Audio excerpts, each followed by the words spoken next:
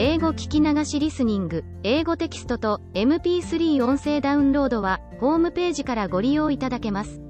88thpp.com 88thpp.com The Little Mermaid.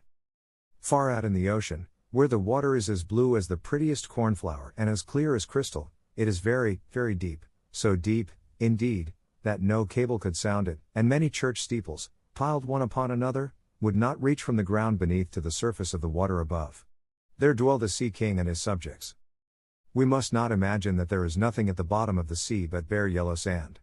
No, indeed, for on this sand grow the strangest flowers and plants, the leaves and stems of which are so pliant that the slightest agitation of the water causes them to stir as if they had life.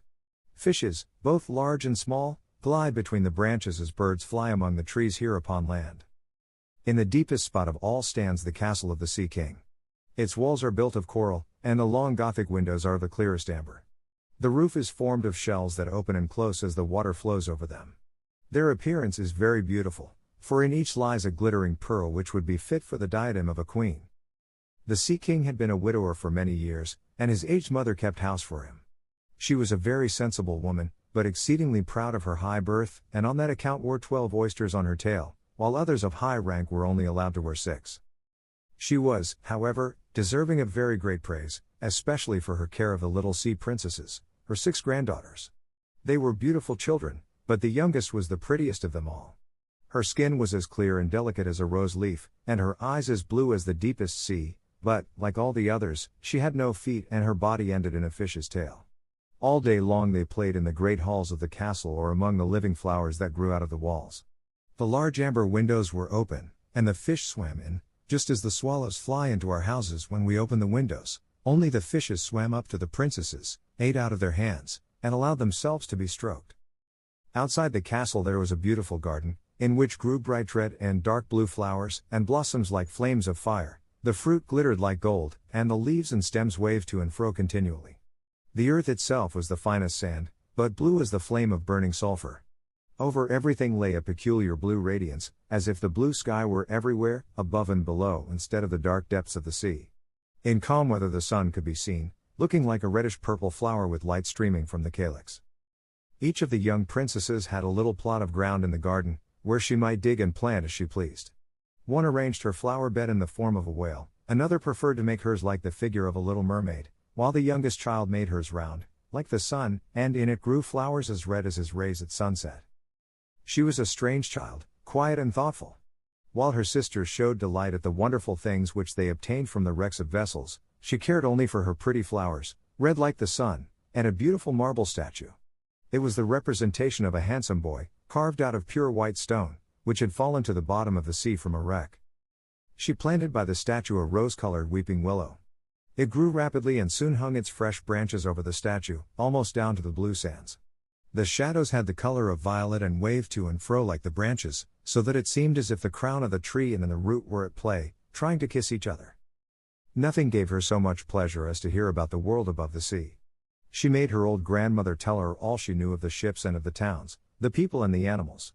To her it seemed most wonderful and beautiful to hear that the flowers of the land had fragrance, while those below the sea had none, that the trees of the forest were green, and that the fishes among the trees could sing so sweetly that it was a pleasure to listen to them.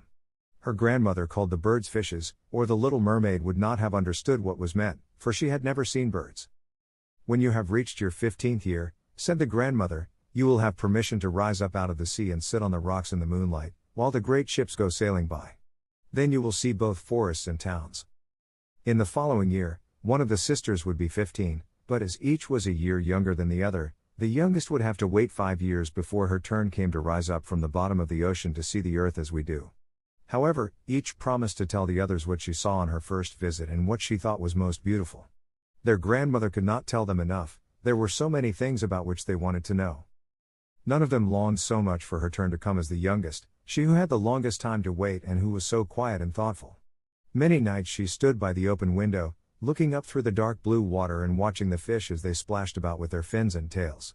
She could see the moon and stars shining faintly, but through the water they looked larger than they do to our eyes.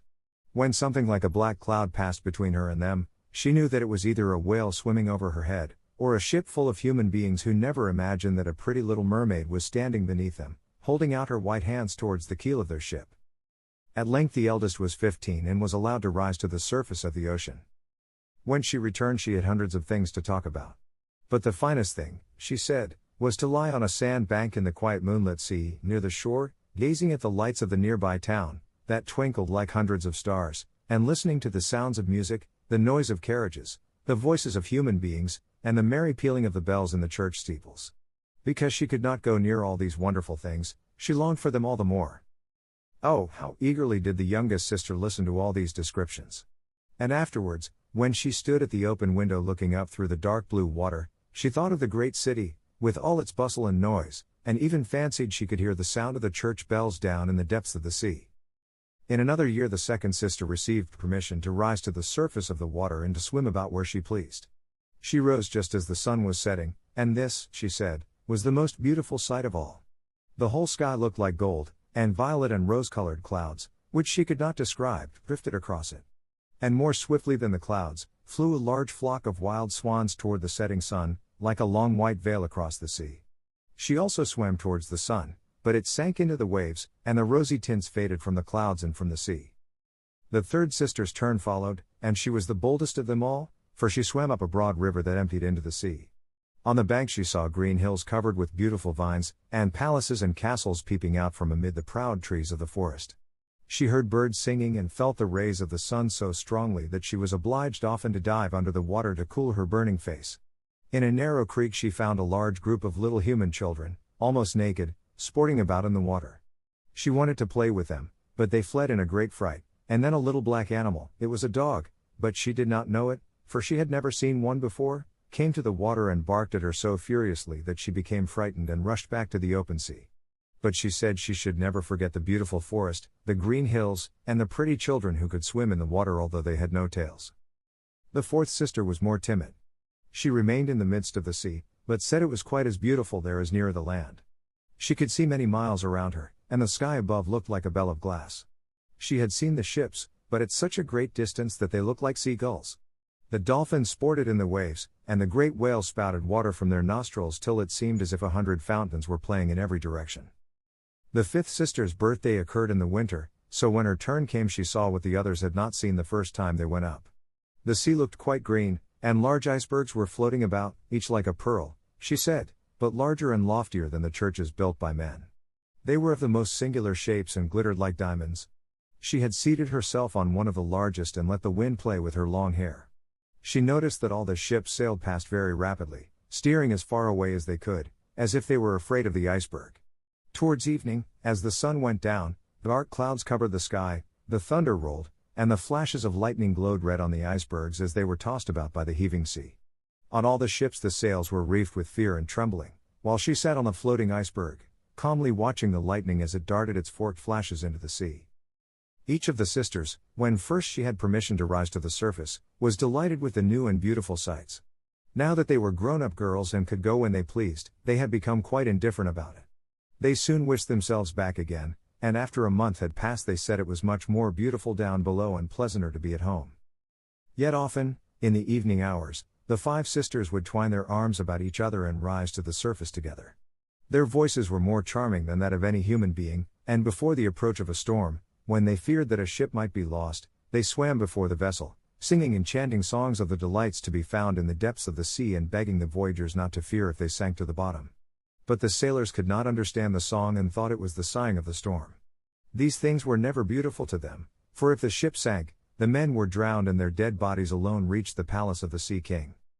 When the sisters rose, arm in arm, through the water, their youngest sister would stand quite alone, looking after them, ready to cry, only, since mermaids have no tears, she suffered more acutely.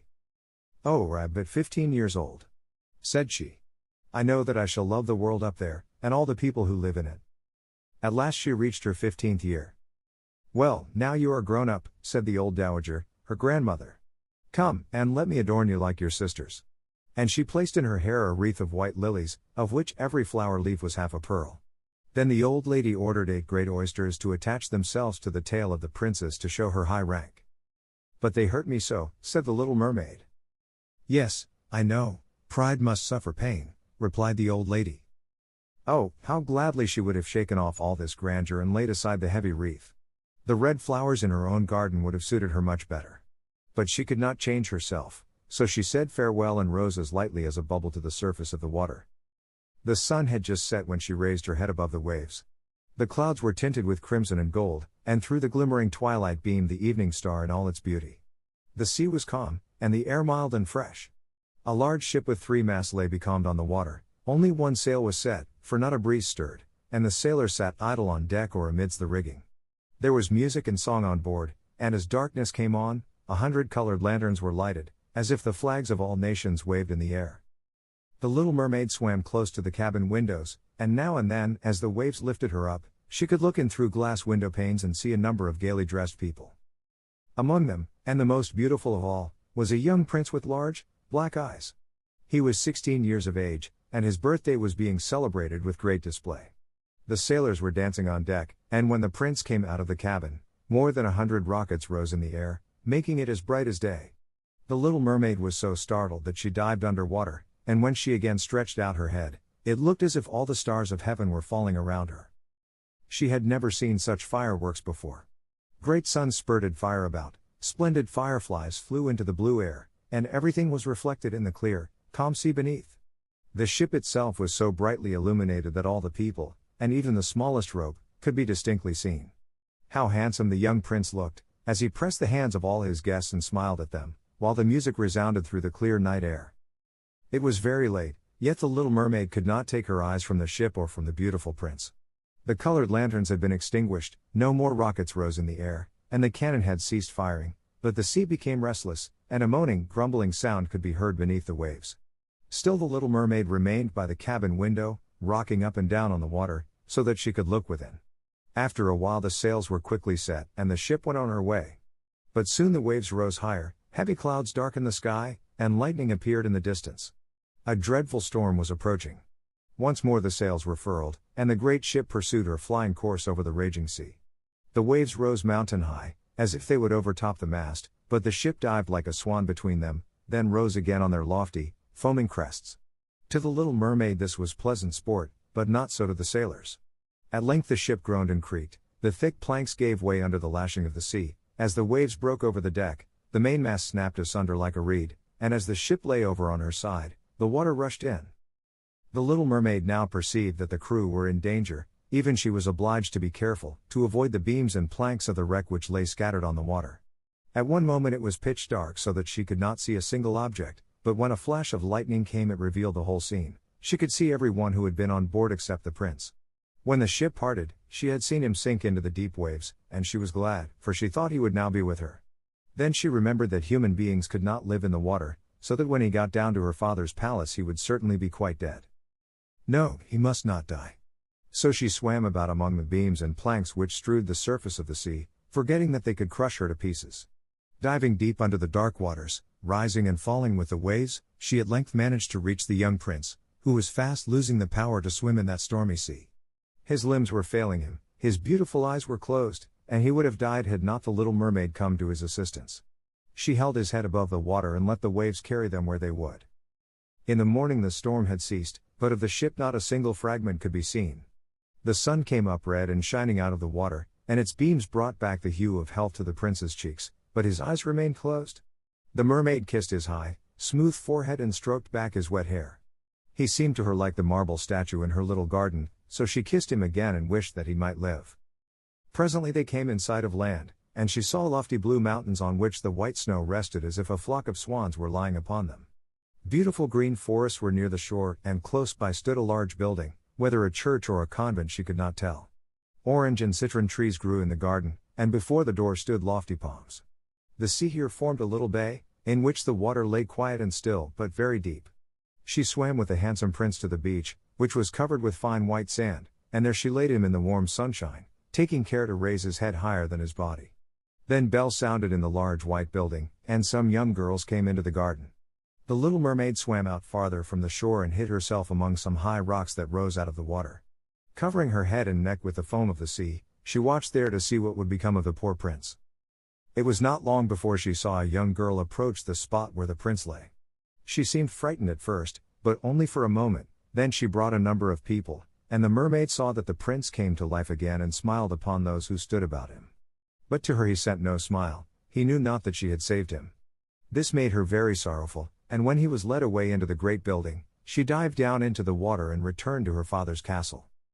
She had always been silent and thoughtful, and now she was more so than ever. Her sisters asked her what she had seen during her first visit to the surface of the water, but she could tell them nothing. Many an evening and morning did she rise to the place where she had left the prince. She saw the fruits in the garden ripen and watched them gathered, she watched the snow on the mountain tops melt away, but never did she see the prince, and therefore she always returned home more sorrowful than before. It was her only comfort to sit in her own little garden and fling her arm around the beautiful marble statue, which was like the prince. She gave up tending her flowers, and they grew in wild confusion over the paths, twining their long leaves and stems round the branches of the tree so that the whole place became dark and gloomy. At length she could bear it no longer and told one of her sisters all about it. Then the others heard the secret, and very soon it became known to several mermaids, one of whom had an intimate friend who happened to know about the prince. She had also seen the festival on board ship, and she told them where the prince came from and where his palace stood. "Come, little sister," said the other princesses. Then they entwined their arms and rose together to the surface of the water, near the spot where they knew the prince's palace stood. It was built of bright yellow, shining stone and had long flights of marble steps, one of which reached quite down to the sea. Splendid gilded cupolas rose over the roof, and between the pillars that surrounded the whole building stood lifelike statues of marble. Through the clear crystal of the lofty windows could be seen noble rooms, with costly silk curtains and hangings of tapestry and walls covered with beautiful paintings. In the center of the largest salon a fountain threw its sparkling jets high up into the glass cupola of the ceiling, through which the sun shone in upon the water and upon the beautiful plants that grew in the basin of the fountain. Now that the little mermaid knew where the prince lived, she spent many an evening and many a night on the water near the palace. She would swim much nearer the shore than any of the others had ventured, and once she went up the narrow channel under the marble balcony, which threw a broad shadow on the water. Here she sat and watched the young prince, who thought himself alone in the bright moonlight. She often saw him evenings, sailing in a beautiful boat on which music sounded and flags waved. She peeped out from among the green rushes, and if the wind caught her long silvery white veil, those who saw it believed it to be a swan, spreading out its wings. Many a night, too, when the fishermen set their nets by the light of their torches, she heard them relate many good things about the young prince. And this made her glad that she had saved his life when he was tossed about half dead on the waves. She remembered how his head had rested on her bosom and how heartily she had kissed him, but he knew nothing of all this and could not even dream of her. She grew more and more to like human beings and wished more and more to be able to wander about with those whose worlds seemed to be so much larger than her own. They could fly over the sea in ships and mount the high hills which were far above the clouds, and the lands they possessed, their woods and their fields, stretched far away beyond the reach of her sight. There was so much that she wished to know. But her sisters were unable to answer all her questions. She then went to her old grandmother, who knew all about the upper world, which she rightly called the lands above the sea. "If human beings are not drowned," asked the little mermaid, "can they live forever? Do they never die, as we do here in the sea?" "Yes," replied the old lady, "they must also die, and their term of life is even shorter than ours. We sometimes live for 300 years, but when we cease to exist here, we become only foam on the surface of the water and have not even a grave among those we love. We have not immortal souls, we shall never live again. Like the green seaweed when once it has been cut off, we can never flourish more. Human beings, on the contrary, have souls which live forever, even after the body has been turned to dust. They rise up through the clear, pure air, beyond the glittering stars. As we rise out of the water and behold all the land of the earth, so do they rise to unknown and glorious regions which we shall never see." "Why have not we immortal souls?" asked the little mermaid, mournfully. "I would gladly give all the hundreds of years that I have to live, to be a human being only for one day and to have the hope of knowing the happiness of that glorious world above the stars." "You must not think that," said the old woman. "We believe that we are much happier and much better off than human beings." "So I shall die," said the little mermaid, "and as the foam of the sea I shall be driven about, never again to hear the music of the waves or to see the pretty flowers or the red sun? Is there anything I can do to win an immortal soul?"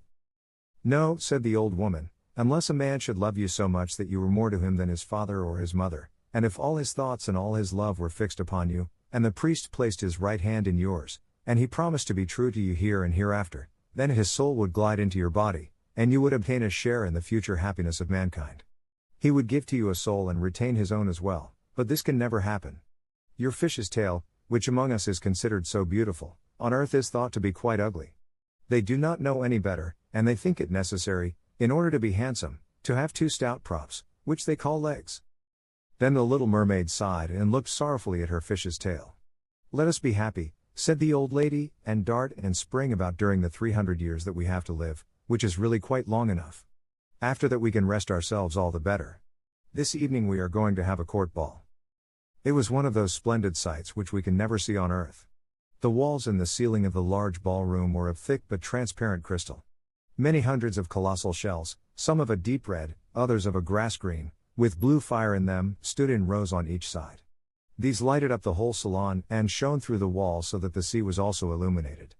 Innumerable fishes, great and small, swam past the crystal walls. On some of them the scales glowed with a purple brilliance, and on others shone like silver and gold. Through the halls flowed a broad stream, and in it danced the merman and the mermaids to the music of their own sweet singing. No one on earth has such lovely voices as they, but the little mermaid sang more sweetly than all. The whole court applauded her with hands and tails, and for a moment her heart felt quite gay, for she knew she had the sweetest voice either on earth or in the sea. But soon she thought again of the world above her. She could not forget the charming prince, nor her sorrow that she had not an immortal soul like his. She crept away silently out of her father's palace, and while everything within was gladness and song, she sat in her own little garden, sorrowful and alone. Then she heard the bugle sounding through the water and thought, he is certainly sailing above, he in whom my wishes center and in whose hands I should like to place the happiness of my life. I will venture all for him and to win an immortal soul. While my sisters are dancing in my father's palace I will go to the sea witch, of whom I have always been so much afraid. She can give me counsel and help. 英語聞き流しリスニング、英語テキストと MP3 音声ダウンロードはホームページからご利用いただけます。88thpp.com 88thpp.com